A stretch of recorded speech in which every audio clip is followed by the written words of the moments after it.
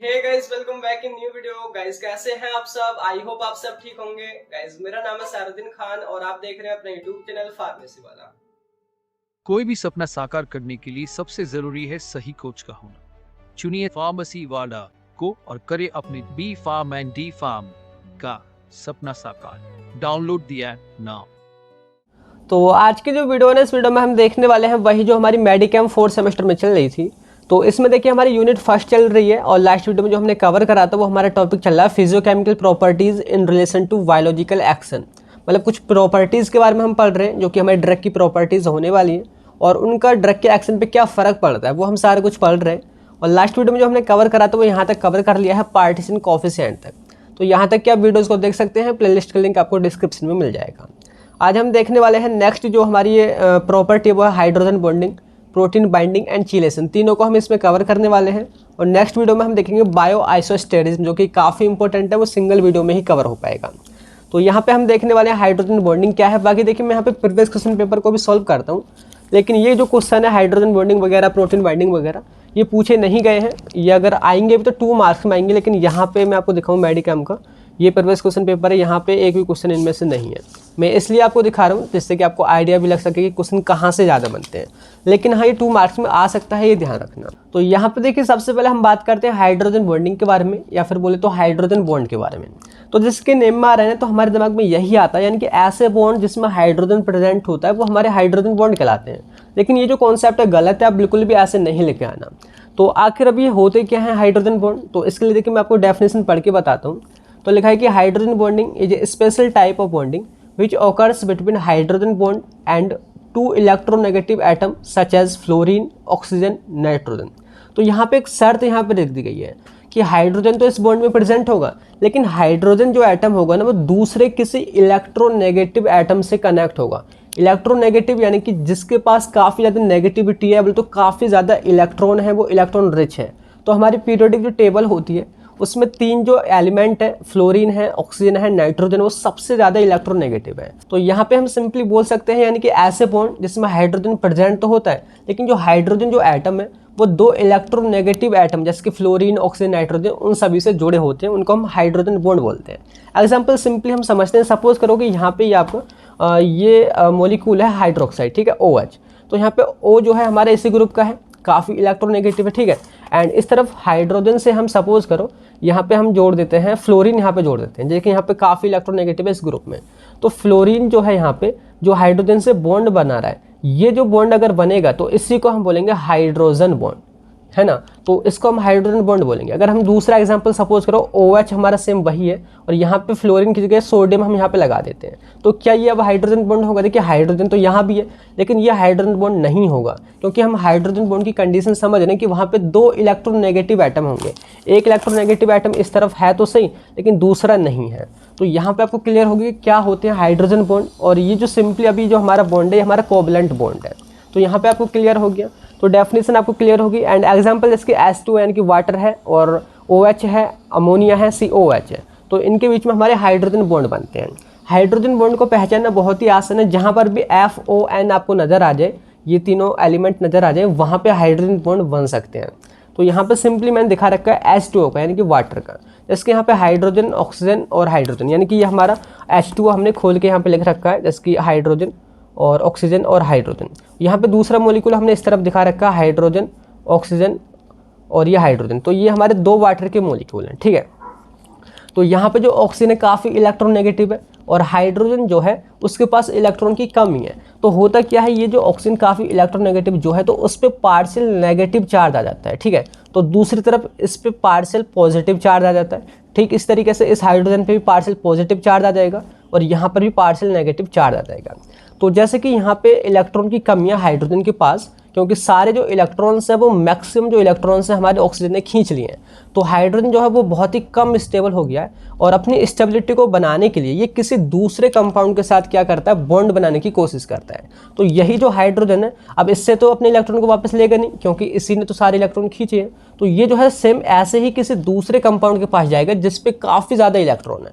तो यहाँ पे दूसरा कंपाउंड हमारा वही वाटर का मॉलिक्यूल है, ऑक्सीजन एटम, तो उसके पास काफ़ी ज़्यादा इलेक्ट्रॉन है, वो इलेक्ट्रॉन रिच है। तो ये जो है इसके साथ में ऐसे मैं आपको डैश डैश करके दिखा देता हूँ, तो ये एक बॉन्ड बनाएगा। तो ये जो यहाँ पे जो एक काफ़ी वीक बॉन्ड बनेगा और इसी बॉन्ड को हम बोलते हैं हाइड्रोजन बॉन्ड। तो यहाँ पे सिंपली वही दिखा रखा है कि ये जो बॉन्ड रेड कलर में आपको नजर आ रहा है वो हमारा हाइड्रोजन बॉन्ड है। तो आपको क्लियर हो गया।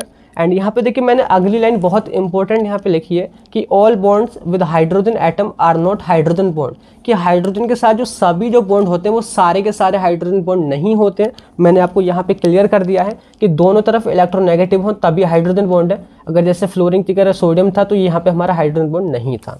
क्लियर हुआ, जैसे कि वही यहाँ पे मैंने दिखा रखा है। नेक्स्ट यहाँ पे पॉइंट लिखा है कि hydrogen bonds are weaker than covalent bond and ionic bond but stronger than van der Waal force. आपने सुना होगा हमारे कई तरह के बॉन्ड होते हैं, कोवलेंट हुआ, आयनिक बॉन्ड हुआ, हाइड्रोजन बॉन्ड हुआ और वैन डर वाल फोर्सेस वगैरह। तो हमारे जो हाइड्रोजन बॉन्ड है वो वीक होते हैं।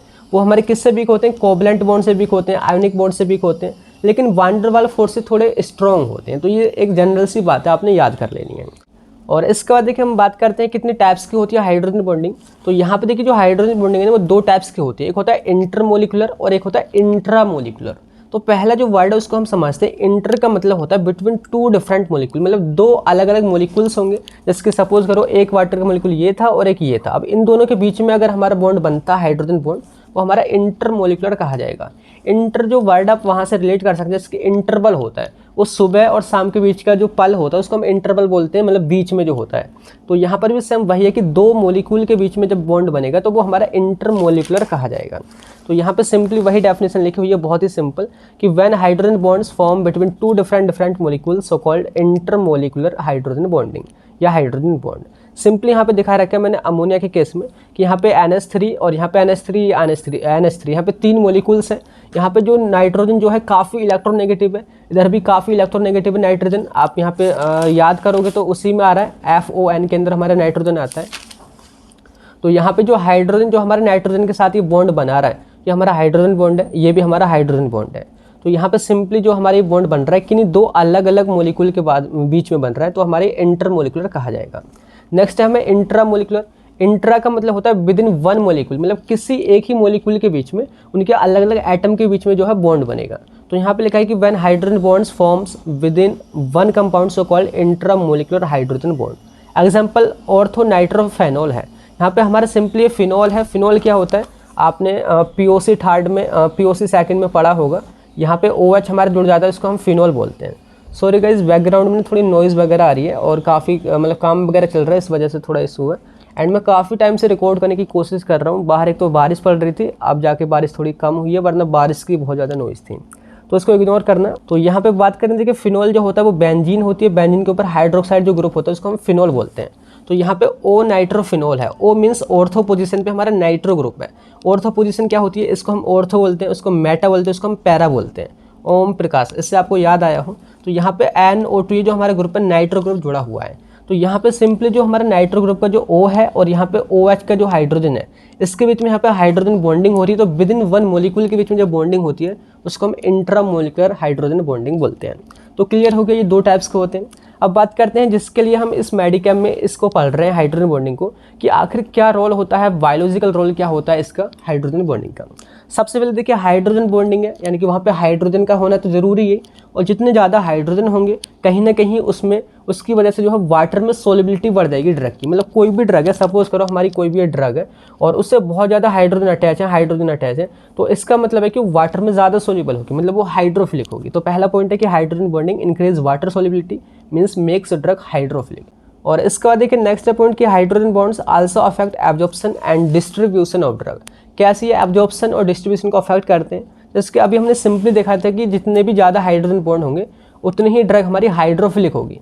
लेकिन हमने फार्माकोलॉजी में कॉन्सेप्ट पढ़ा है कि जितनी ज़्यादा ड्रग हमारी हाइड्रोफिलिक होगी उसके एब्जॉर्प्शन में उतनी ही प्रॉब्लम होगी। उसका रीज़न क्या है कि हमारी जो सेल मेम्ब्रेन होती है, सेल जो होती है हमारी, उसकी जो बाहर की लेयर है वो फॉस्फोलिपिड की बनी होती है। तो लिपिड की बने होने की वजह से जो हमारी ड्रग अगर लिपिड में सोल्यूबल होगी तो वो ईजिली इसको क्रॉस कर पाएगी और वो ईजिली वो एब्जॉर्ब हो पाएगी। लेकिन यहाँ पे जस्ट उल्टा हो रहा है कि हमारी ड्रग हाइड्रोफिलिक नेचर की ज़्यादा हो जाएगी और उसकी वजह से वो ड्रग ईजिली एब्जॉर्ब नहीं हो पाएगी, तो उसके एब्जॉर्प्शन में दिक्कत होगी, साथ के साथ डिस्ट्रीब्यूशन में भी प्रॉब्लम आएगी। तो क्लियर होगी ये भी पॉइंट। और इसके बाद देखिए नेक्स्ट पॉइंट कि hydrogen bonds plays important role in drug receptor interaction, कि जो भी हमारी ड्रग होती है ड्रग जो है अपने स्पेसिफिक रिसेप्टर से जाकर ही बाइंड होती है। जैसे कि ब्लड में हमारी ड्रग पहुंच गई, ब्लड जो है पूरी बॉडी में सर्कुलेट होगा और जहाँ पे उसके रिसेप्टर मिलेंगे ड्रग के, वो वहीं पे जाके बाइंड होगी। तो कहीं ना कहीं जो बाइंडिंग की जो प्रोसेस होती है, बोले तो इंट्रैक्शन जो होता है ड्रग का और रिसेप्टर का, वहाँ पे हाइड्रोजन बॉन्ड का काफ़ी बड़ा रोल होता है। तो यहाँ पे ये है इसका एक पॉइंट।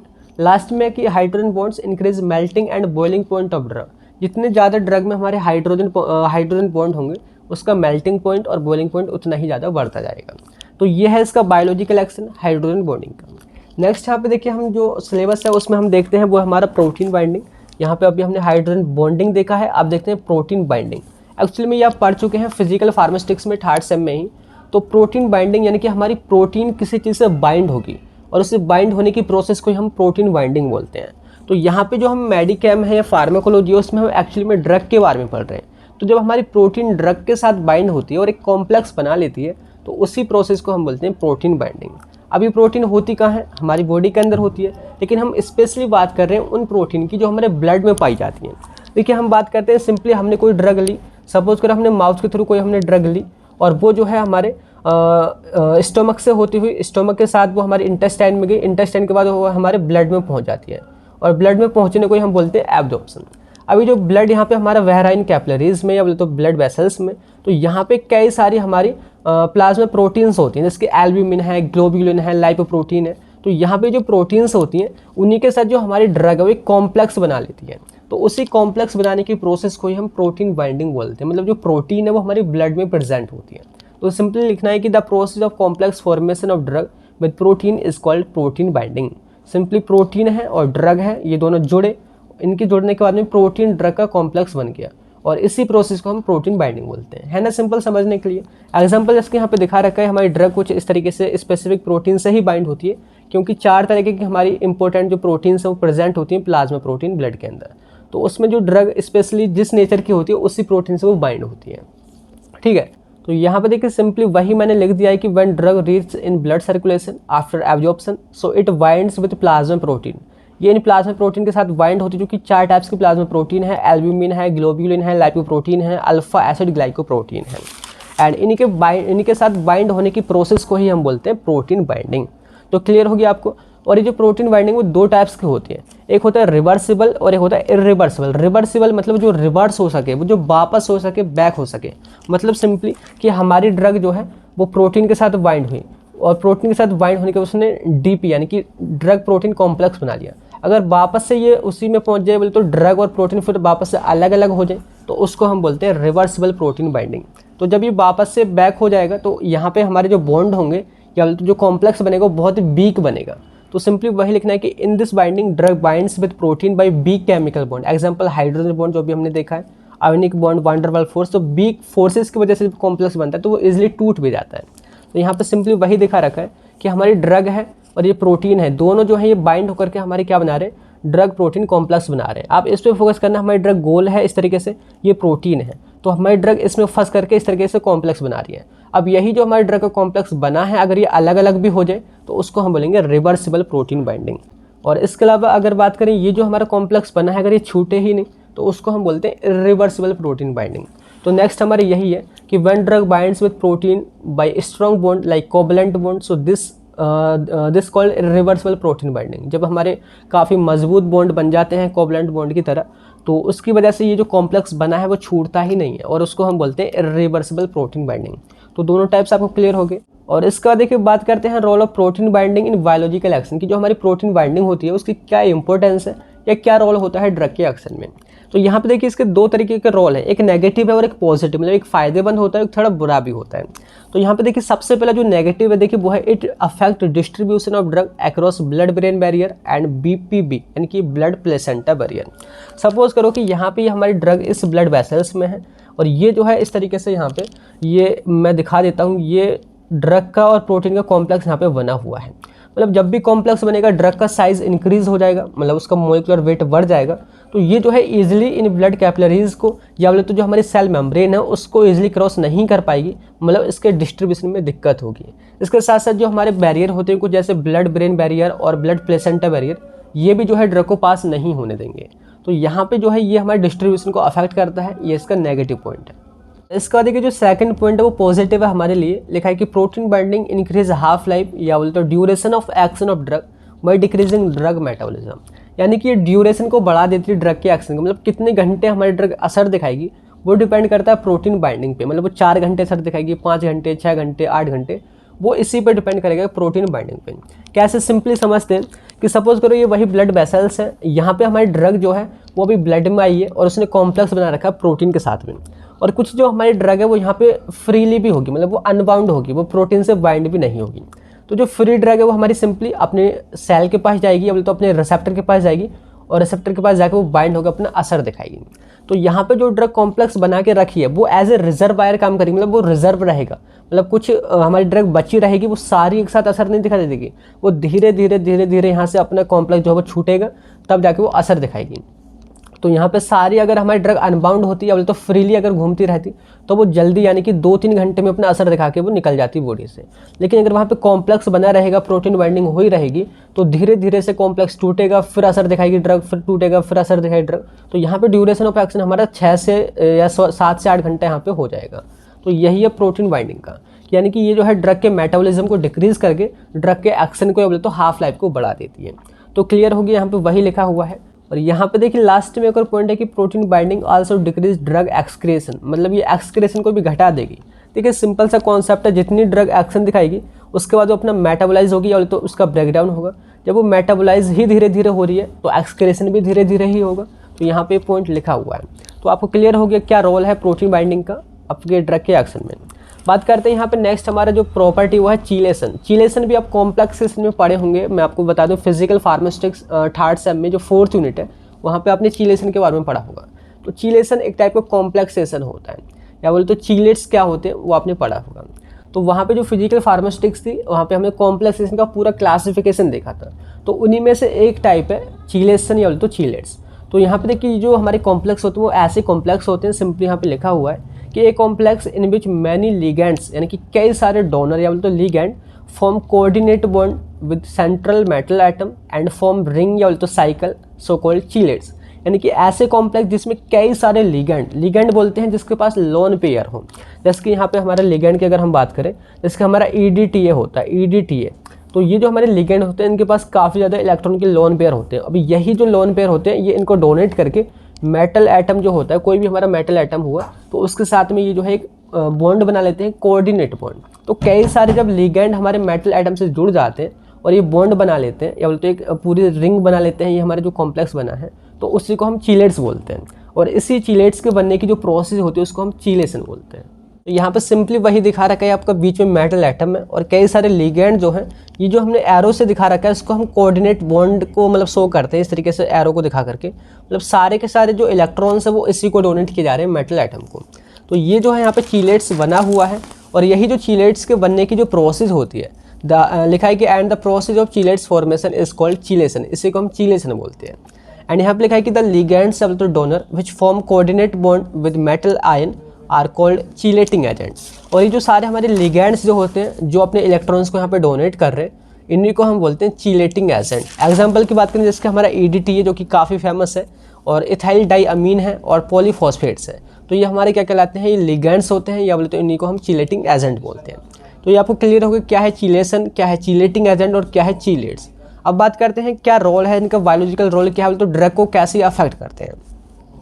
तो यहाँ पे देखिए पहला पॉइंट है कि जो हमारे चीलेशन जो होता है ये पॉइजनिंग में यूज़ होते हैं, बोले तो पॉइजनिंग में इनका काफ़ी बड़ा रोल होता है। मतलब अगर कहीं पे पॉइजनिंग हो जाती है, जो भी मेटल्स होते हैं ये उनके साथ में जो है ऐसे कॉम्प्लेक्स बना लेते हैं और उनके स्ट्रक्चर को चेंज करके उनके टॉक्सिक इफेक्ट को ख़त्म कर देते हैं।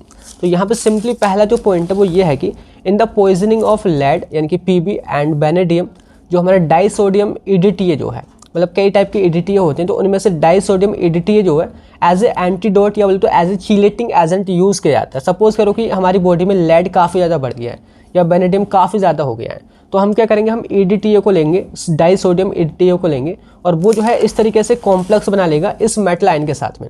और इस तरीके से जब कॉम्प्लेक्स बनेगा तो उसकी स्ट्रक्चर पूरी चेंज हो जाएगी और उसका एक्शन भी चेंज हो जाएगा, मतलब उसका जो टॉक्सिक इफेक्ट है उसको हम कम कर सकते हैं। तो ये पहला पॉइंट आपको क्लियर हो गया। और इसका देखिए next point, in arsenic poisoning dimercaprol used as chelating agent. जो आर्सेनिक पॉइजनिंग होती है उसमें भी ये जो है हमारा dimercaprol as a chelating agent use किया जाता है और उस पॉइजनिंग को ठीक कर देता है, या बोले तो जो हमारा आर्सेनिक जो होता है उसकी प्रॉब्लम को ठीक कर देता है। तो ये पॉइजनिंग में ही यूज़ किए जाते हैं। इसके अलावा इनका एक साइड इफेक्ट ये होता है sometimes chelation decrease absorption of drug, कि जो एब्जॉर्प्शन जो होता है ड्रग का वो कई बार चीलेशन की वजह से कम भी हो जाता है।